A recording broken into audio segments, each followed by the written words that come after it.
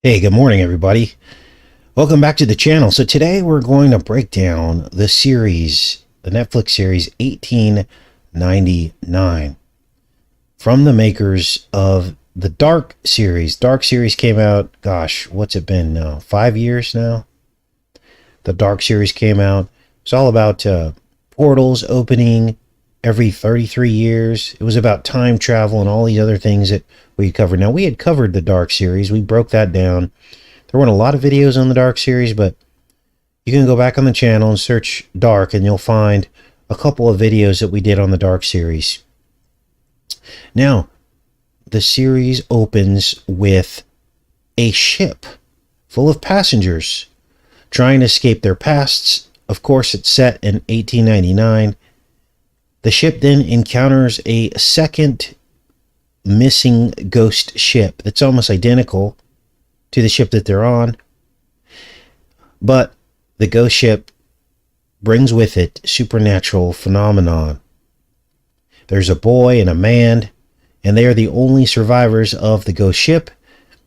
And the boy carries with him a pyramid and scarab beetle that opens up doors. Watch.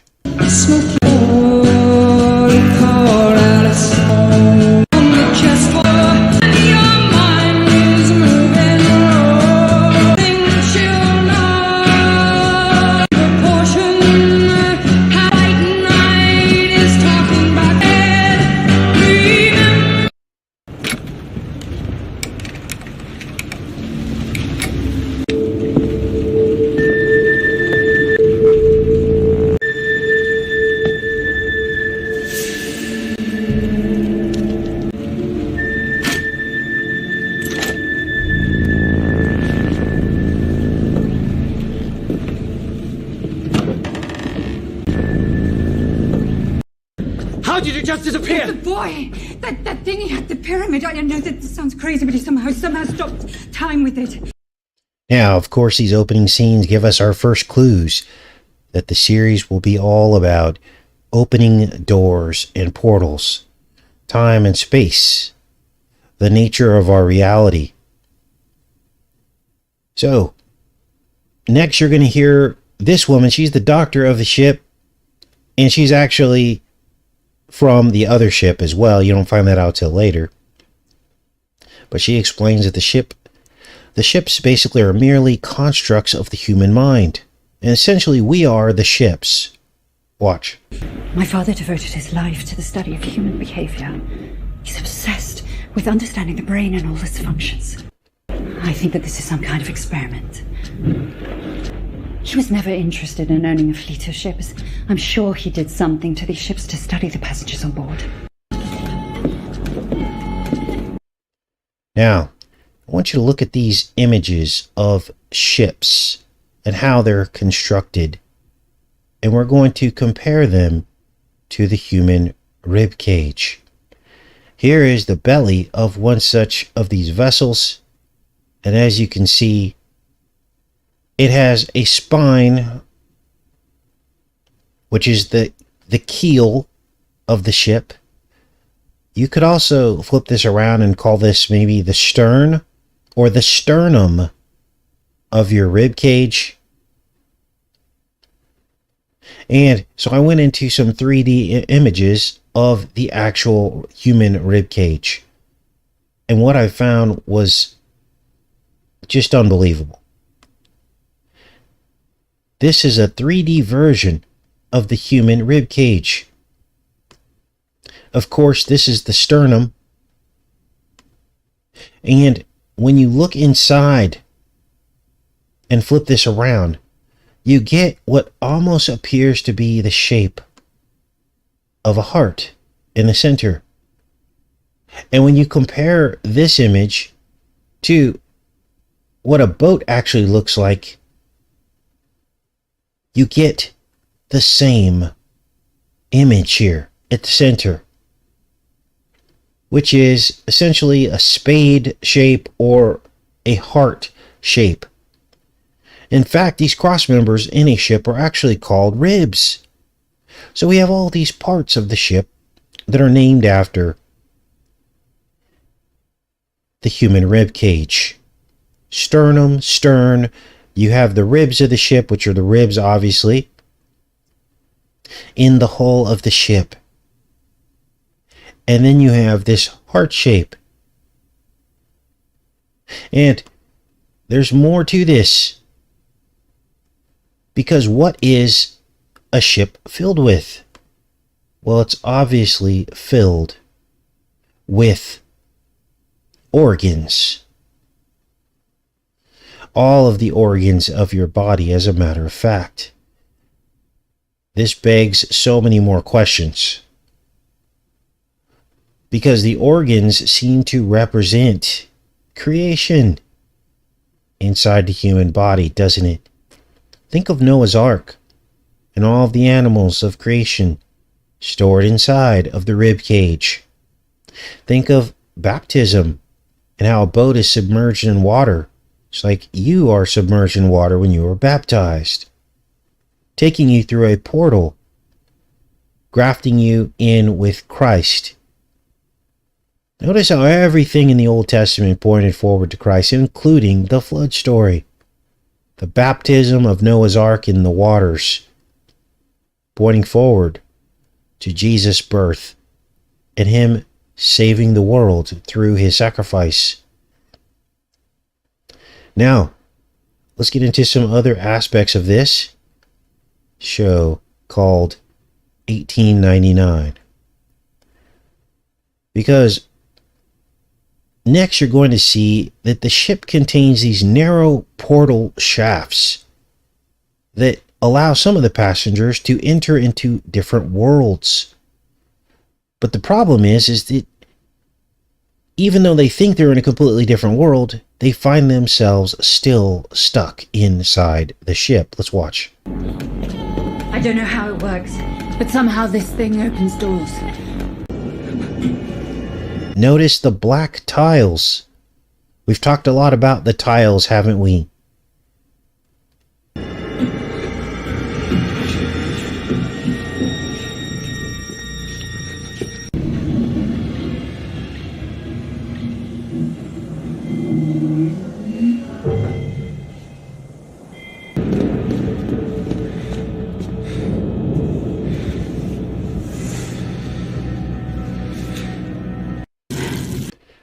Then the ugly side of the ship reveals itself. A black material. And this material can exist in different states. It can exist as like a mineral, like almost like a quartz, but also it can transform into dust as well as a black goo. And one of the first things we see happen is that this material injects and infects anyone who touches this. And in this case, this woman's right hand. Like the mark. Watch.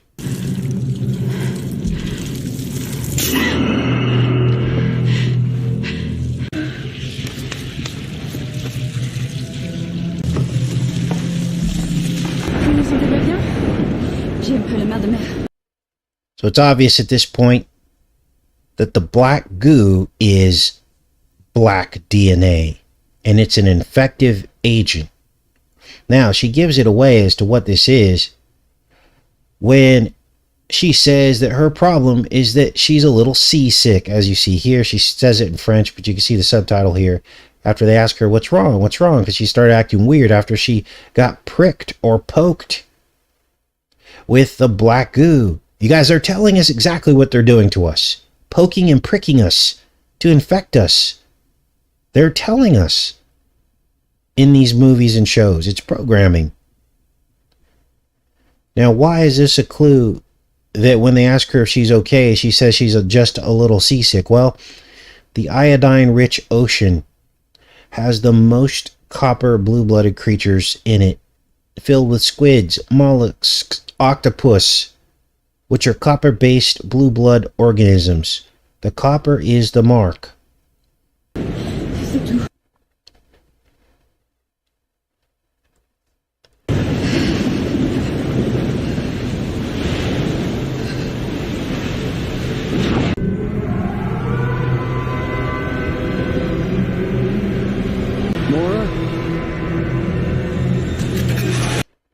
Now, lots of pyramid symbolism.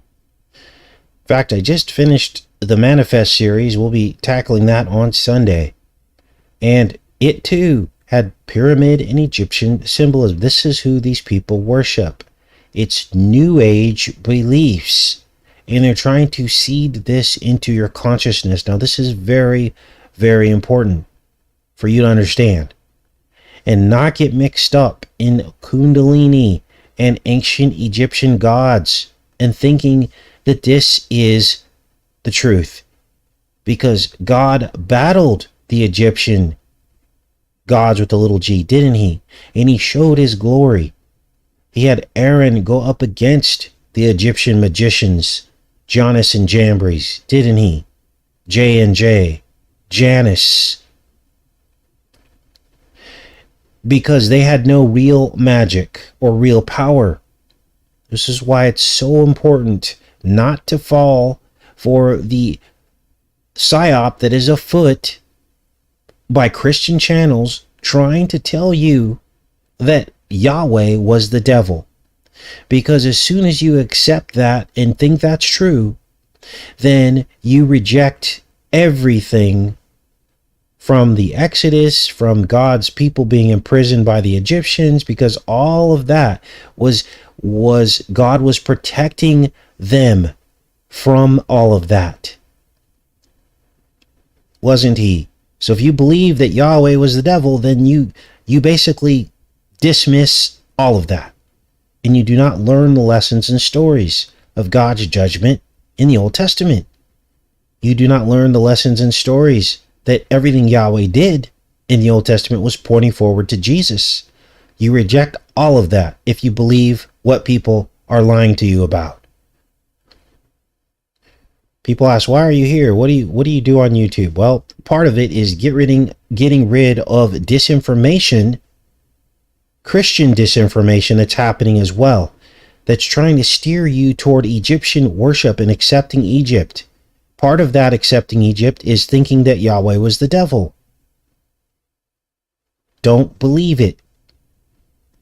Now, the eye is the window to the soul, a portal. Now they show that here as this character in the series has a vision.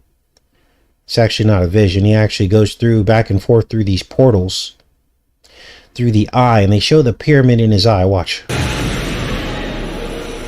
Wake up. So these characters keep waking up, and they're in completely different places as they pass through these portals.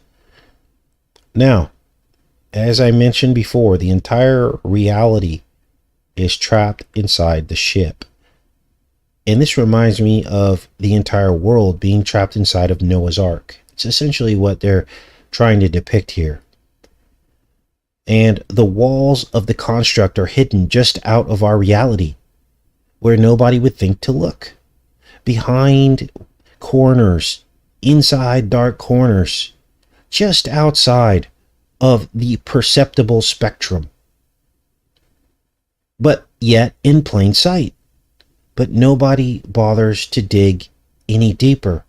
And when you're a channel like ours and you can peek around corners and see the imperceptible as a gift of the Holy Spirit, people shame you for it, or they say, oh, that has nothing to do with that. Or they say, oh, that there's no connection there. Well, we are seeing connections that are actually really there. It's just because it's outside of people's perceptible reality, they don't want to accept it.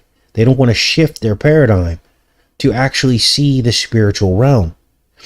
So this guy is an operative for one of the characters on the ship, and everybody else thinks the ship's this old 1899 clunker with the old technology, but they don't realize that hidden away in the recesses of the ship is very advanced technology.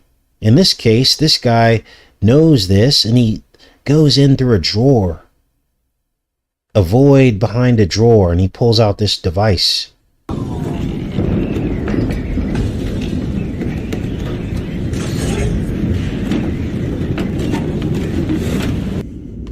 So you see this super technology mixed in with archaic technology, but only certain people can see it.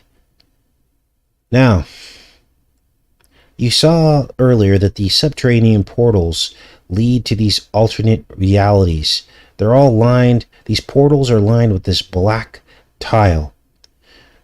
Well, the word tile backwards is what? I'm going to go into the chat because I want to make sure you guys are with me, and we'll do a little Q&A here so you guys can be part of the show. What is the word tile backwards? Now, you're going to, again, the imperceptible turns perceptible through spiritual eyes, doesn't it? People will think, oh, that's silly. That's ridiculous that you would turn the word tile backwards to try to find meaning in it. Well, I'm going to show you in a second, as soon as I get the answer, that it's not crazy, because my belief was confirmed in this next scene that I'm going to show you. Elite. Yes, Tracy. Now watch this. His name is Elliot. His name is Elliot. So we find out about 5 episodes into it that the boy's name is Elliot, which is essentially the word tile backwards. And what does Elliot do? He has the scarab beetle, which allows doors to unlock. He can go through portals. So, Elliot, elite, tile. He's our son. Now, of course, like all ships, this ship is full of black coal, and this is what feeds the engines.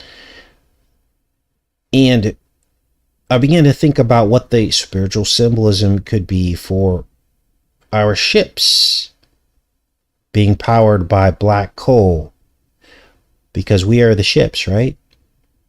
And then the Holy Spirit opened my eyes, and it told me that what the coal represents is the cursed dust.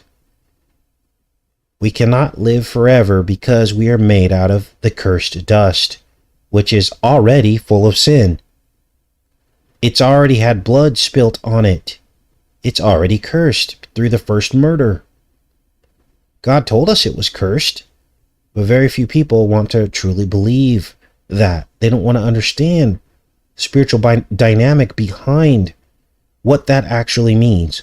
When the ground is cursed, it no longer can sustain life forever, which was the original plan, because we were close to God, right? The only way that we can live forever is through Jesus' sacrifice. This is why he picked up dust on the ground and spit in it and was able to heal someone's eyes, wasn't he? Yes, he was. So now you're starting to understand what the dust actually really means on a spiritual level. Here we are, our ships full of coal, full of cursed dust. We cannot live forever anymore, except on the other side, after we've already accepted Jesus.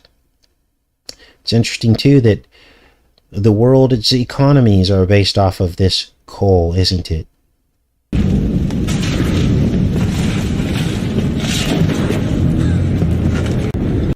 Now, next, we're going to get an explanation about how the people and the ships are stuck in a time loop simulation.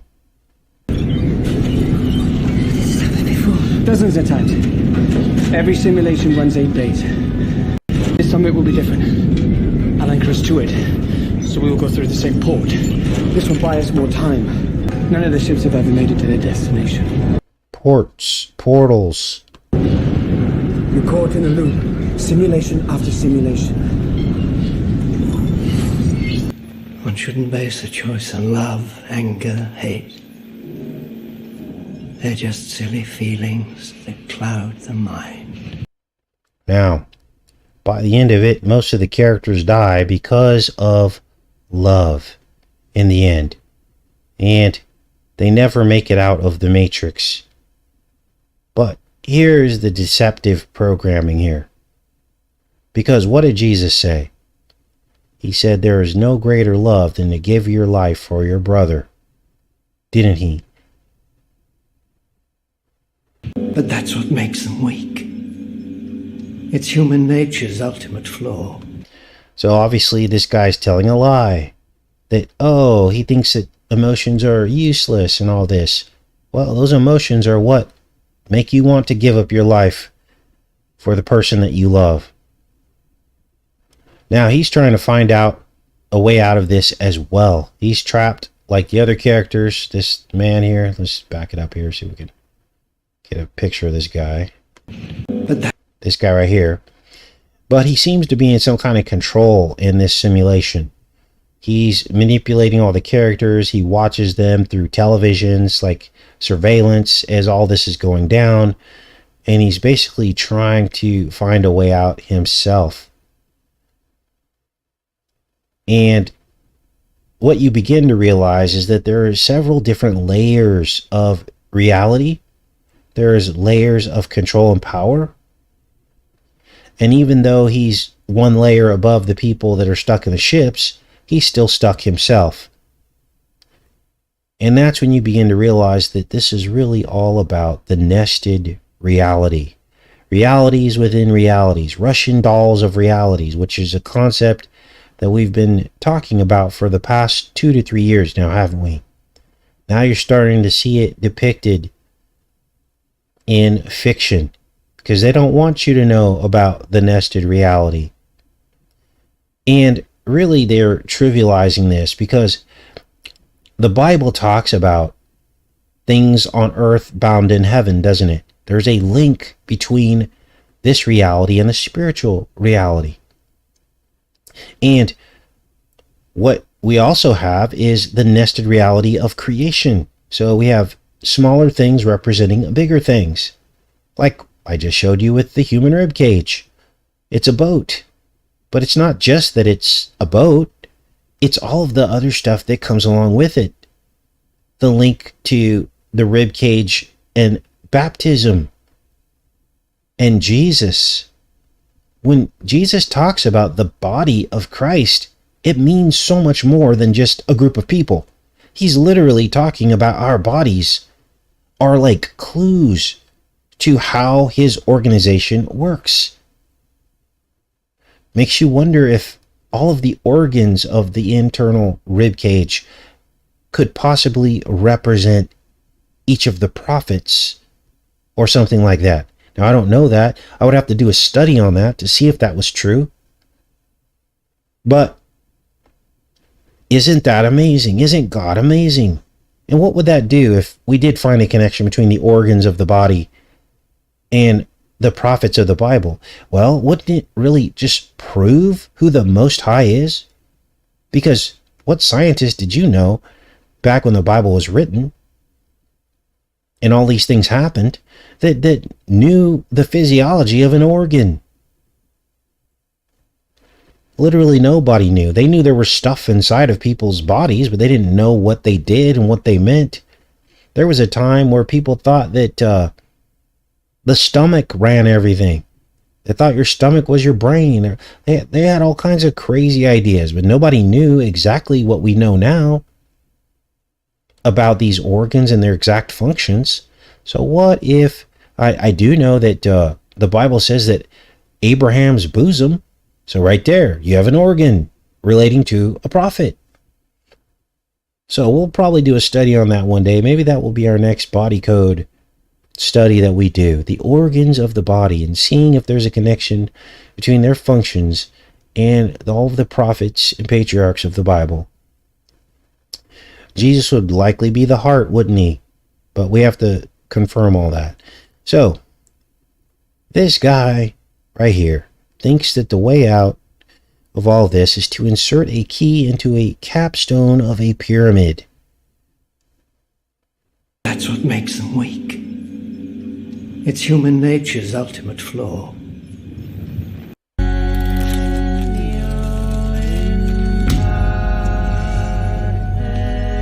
So the whole movie, or not movie, but the series, he's looking for this key. And he's like, if I can just get the key and turn it into the capstone of this pyramid, I'll be able to escape the Matrix, right? But then he realizes later that the code was changed and the key doesn't work anymore.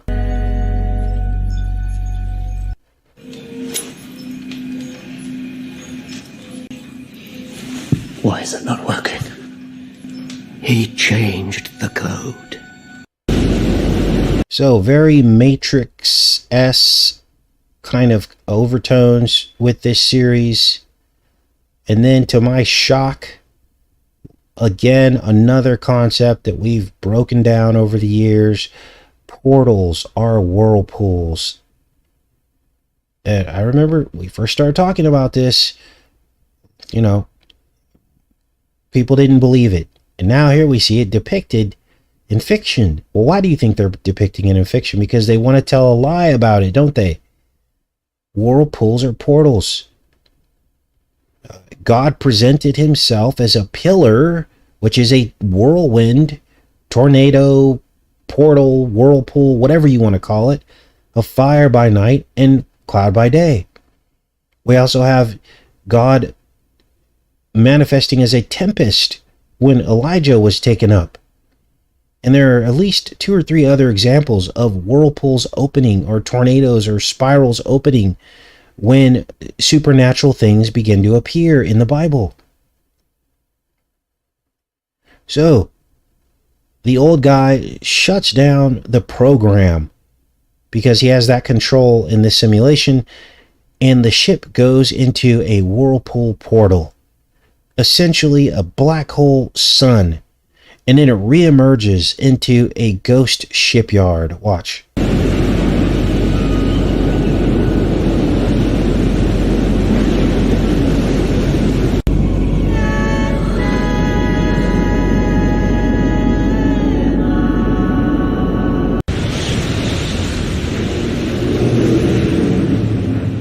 So obviously this is everything we've been talking about.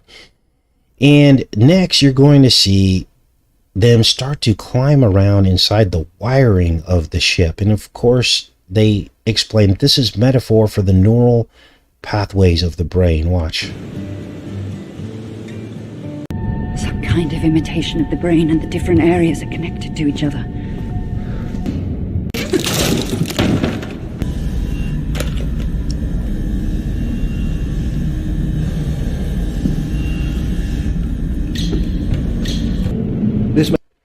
Now, this last episode is where the series goes off the rails.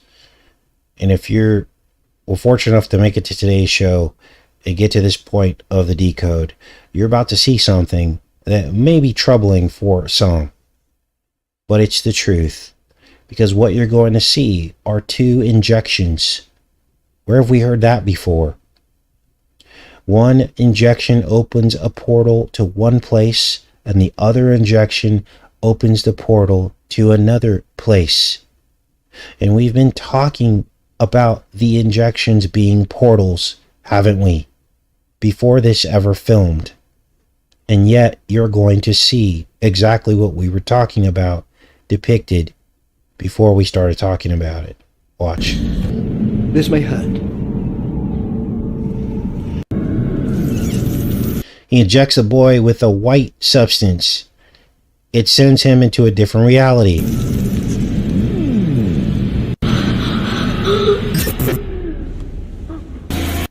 He wakes up to see his mother, and then she injects him with a black substance, which sends him back to the other man.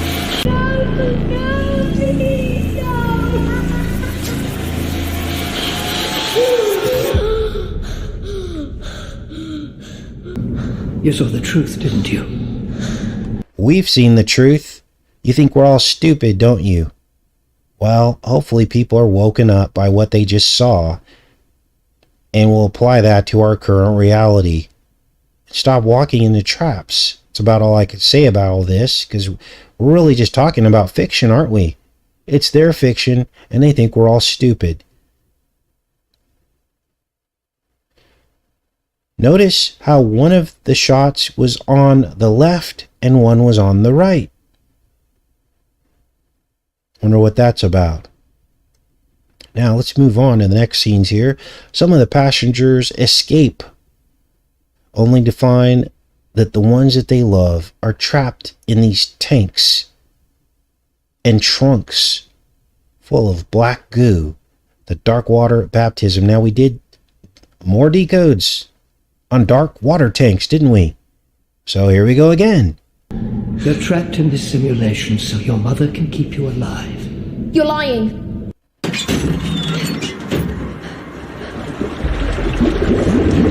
You can't make this up, you guys.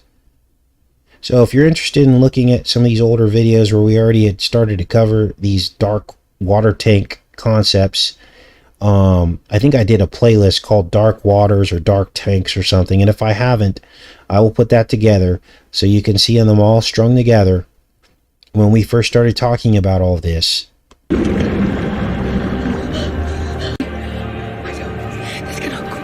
Now, this lady, this infected lady, I forgot to mention this, but you'll notice she's got the colors of the dragon, green and black. And it's the same colors as the scarab beetle that the boy had. And the whole point to all this is that these colors represent structural color, iridescence. What is structural color? Well, it's not color by pigment and light reflecting off the pigment. It's the actual shape of the structure that causes light to reflect off of it. Not pigment. Structural color. And certain animals have this ability. Scarab beetles, peacocks, certain berries have this quality to them. This is also what you see in an unclean mollusk in the inner lining of the shell. You will see this structural color. It's like an iridescent type of look to it. Okay?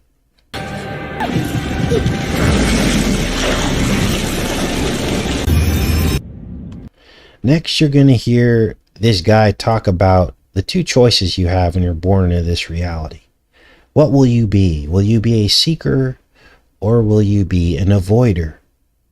Will you be someone who accepts the reality and doesn't ask any questions? Or somebody who hunts for the truth, no matter how troubling that truth might be? The Bible says the truth will set you free, doesn't it? I feel very free from this matrix. I have no fear in my life. I don't have any fear of dying because I know where I'm going when this world's over. I have no fear of making the wrong choice about a presidential candidate because I don't make the choice, because the choices are stacked. And God revealed that to me, that all of the people at the top are on the same side. I don't have any fear of money because I don't seek to stack up a bunch of money that I can then lose. You see how the truth truly does set you free? Yes, we mourn for those who are still asleep, but we also have a faith that God will somehow supernaturally reach those people in the 11th hour of their life or some other way. We have to have faith that He will reach them and read their hearts. And if their heart is dark, obviously, they won't make it. But if their heart is good, we have to believe that God will find a way, don't we? Let's listen to this next part, because here's more of the disinformation that they're trying to, communicate through subliminally through these movies and TV shows. They want you to just go along to get along. It's not worth it to seek, because if you seek, your life's going to be full of pain. Well, that's a lie. The Bible says the truth will set you free. To be a seeker brings nothing but pain. We're born into this world either a seeker or an avoider. To be an avoider is pure bliss.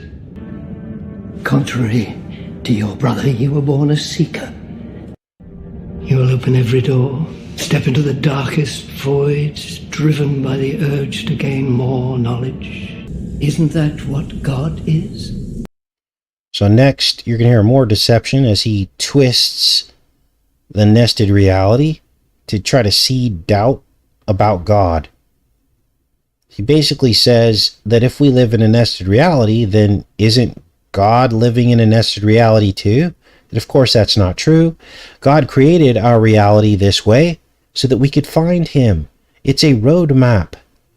The roadmap of the nested reality is that you can keep drilling down to see God. I mean, not literally see God, but understand who the Most High is. Okay? Our entire reality is based on a tree. Everything is a tree. It's a fractal.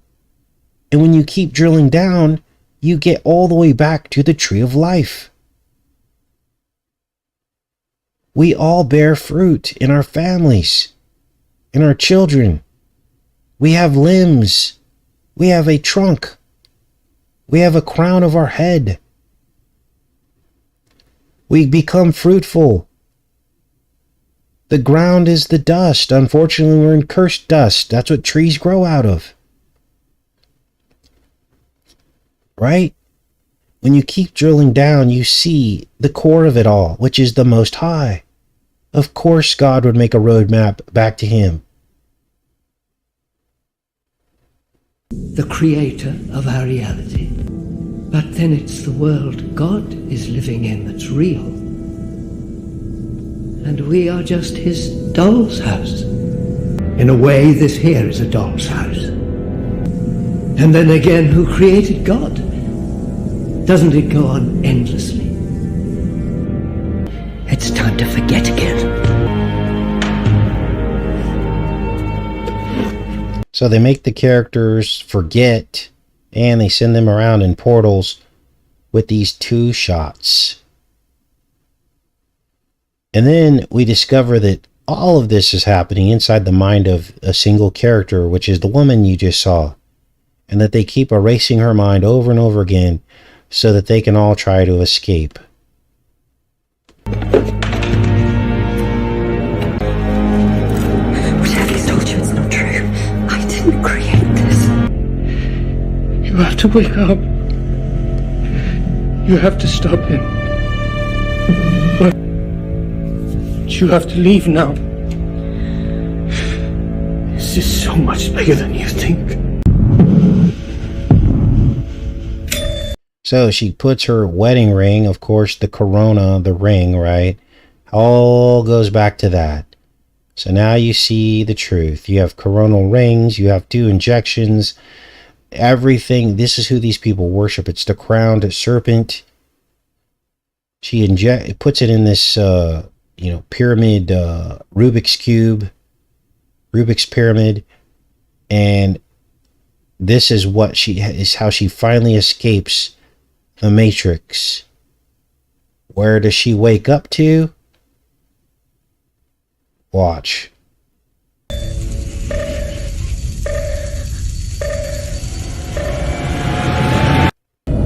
She wakes up into another ship, a spaceship, called the Prometheus.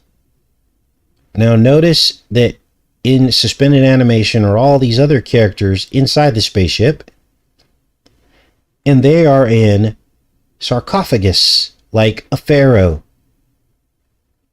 And they're all in some kind of simulation.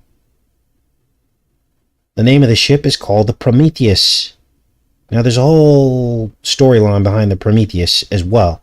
That is, the god that gave man fire, or tried to teach man technology and fire and all these things. And he was punished by the other gods.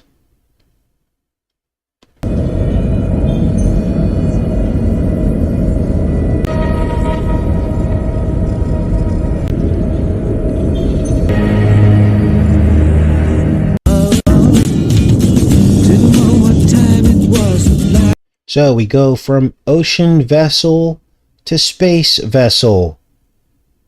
Now, I don't believe in space the way they describe it, but we do know there are waters below and waters above, according to the book of Genesis, don't we? So that would represent the ocean-going vessels and the space vessels.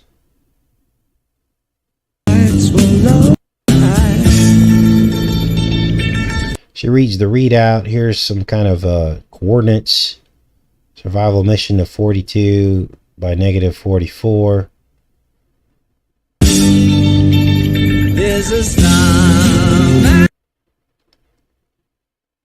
Some kind of mission to seed whatever the universe.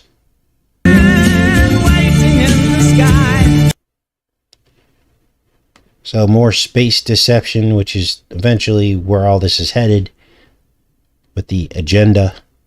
We're going to have everybody's minds in the stars, the fake stars, instead of having your eyes fixed on heaven, which is outside of this reality.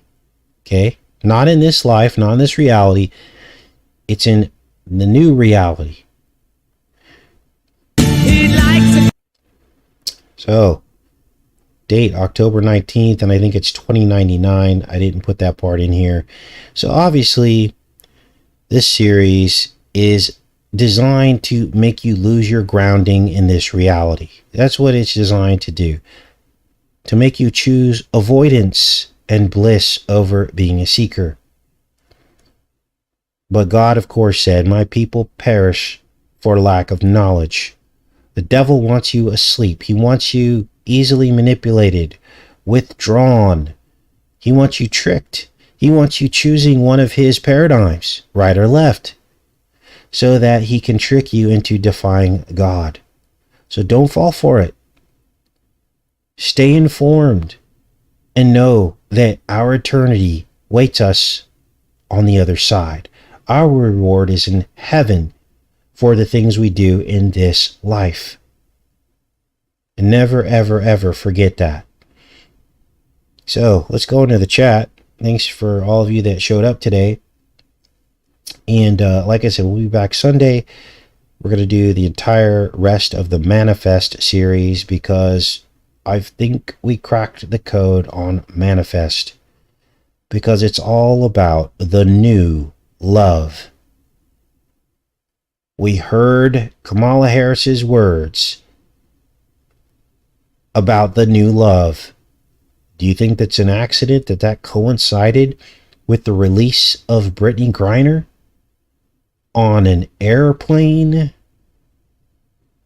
They're manifesting the new love. That's what the Manifest series was all about. An airplane that it brings in the new love. There were two same-sex character storylines going on. Men and women in the series. Reunited in the end. These two men, black men, were reunited as a gay couple. That was the final episode of Manifest. And that just so happened to coincide with this love story now is what they're basically billing this as, of Brittany Griner reunited with her wife from an airplane through a portal. So we'll cover all that on Sunday and look at how that ties into the Manifest series. Because at first I was like, what the heck is going on with this Manifest series? Because it was really lame toward the end. It got so bad. It got so cheesy. And I'm like, oh, it's the agenda. It's the love agenda. The all love all agenda. And that's what it was about. Now there's a sapphire theme to it as well towards the end. We'll get into all that on Sunday. How can an airplane bring... The airplane brings in the new love because the airplanes are portals. They're sky ships. In fact, they used to call airplanes airships. It's the same thing as an ocean ship. Remember your nested reality concepts. Don't ever get stuck in one meaning of something. An airplane is a boat, is a spaceship. They're all the same. And so this whole Manifest was about a missing passengers. And all the passengers have to work together to make it through the lifeboat. So they were essentially like Noah. And in fact, there was a Noah's Ark theme to Manifest on last season. Because they found a piece of Noah's Ark and it had sapphire in it. Well, here's the thing. Many believe that sapphire is what makes up the firmament. So you're going to see a snow globe explode, which is symbolic of the firmament, as they're talking about sapphire. This is what they really seek to do, is break through. The devil seeks to break through and elevate himself above the Most High. Well, how do you do that? You have to break through the firmament. That's what NASA's really doing. Trying to find a way to break through, aren't they? So, manifest is a portal. So the whole thing of this lifeboat and breaking through is to bring this new love agenda to the world through the portal so that it's commonly accepted. That's what the plane represents, a portal. It's to bring the world through into a new reality, a new understanding. And in the case of manifest, it's the, what do we call it? It's the agenda. It's the agenda of two people of the same sex loving each other and it being accepted. So, and that ties in with the Brittany Griner story. In case you didn't hear, she got traded and she's back. And you see the president up there with Kamala Harris in the background. They're all in tears because it's a love story. These people have children together that were created intravenous, what do you call it? And so they're reunited, right? So, of course, it would be Biden to be able to bring this love story to the world, right? Because the left believes in that, don't they? See how all this works now? I wouldn't be shocked if this whole thing wasn't somehow scripted to bring this issue to the forefront of our reality. It's everything everyone's talking about. This love couple reunited after the worst, trials that anyone could go through, separated for 9 months, which just so happens to be the gestation of the child in the womb, and she was released on Mary Conception Day, December 8th. We'll talk about all that on Sunday, you guys, because I don't want to upstage the show. There's lots and lots. We don't really allow promotion of channels here, so please don't do that. Gosh, we get trolled a lot, don't we, you guys? Gosh, I'm gonna put you on timeout. Yeah, please don't do that. That's not cool. All right, so that's what's going on. It of course, Biden now looks like a hero, doesn't he? To the community, to the LGBT community. They even overlooked a different guy. There's other people over there in Russia being held that have been there for way longer than her. One guy was in there like a decade, and lo and behold, they looked over him because he's not part of the agenda. It looks way better to free Brittany Griner, reunite her with her love, than it does to let go, release a heterosexual man. See the problem here? So, this is what's going on. All right, what else is going on in the chat here?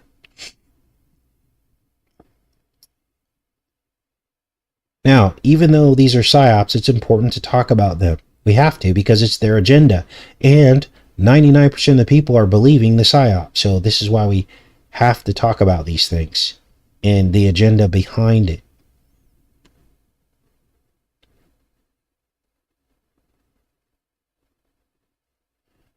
I mean, who knows? I mean, really? Like, is this a real story? Like, maybe they paid this person.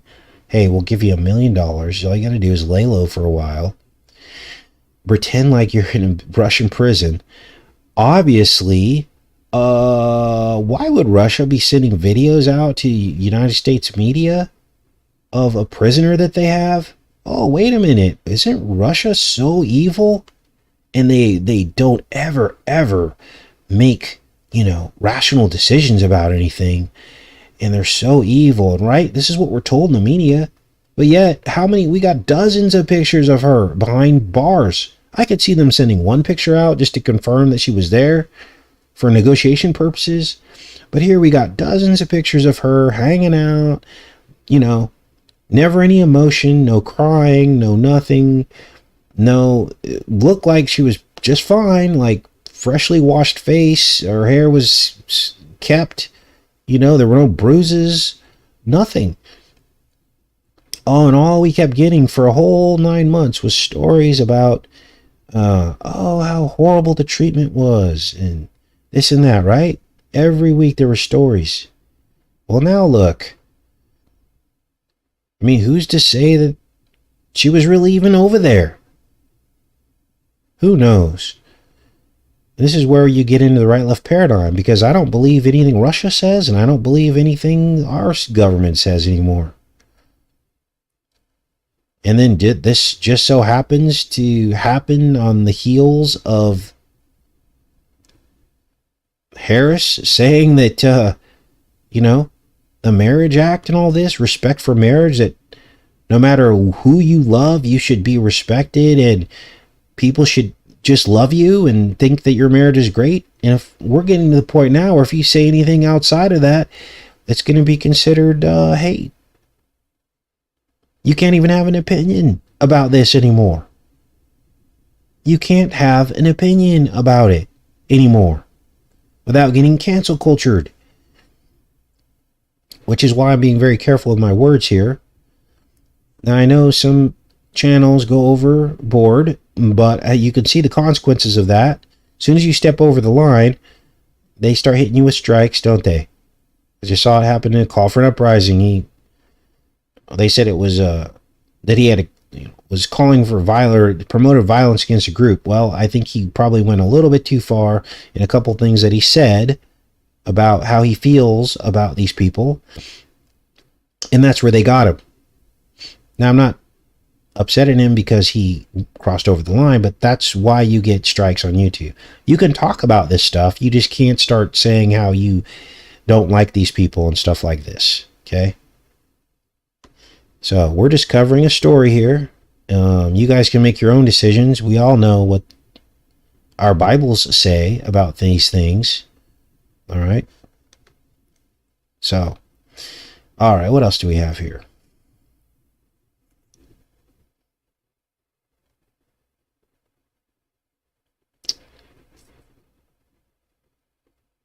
Yes, you're correct. It's not hate speech for them to make fun of Jesus Christ. You're absolutely right. Yep.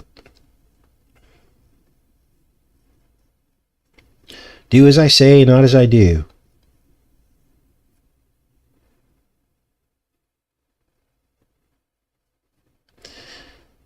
All right. Okay, you guys. Well, guess we're going to pop off of here.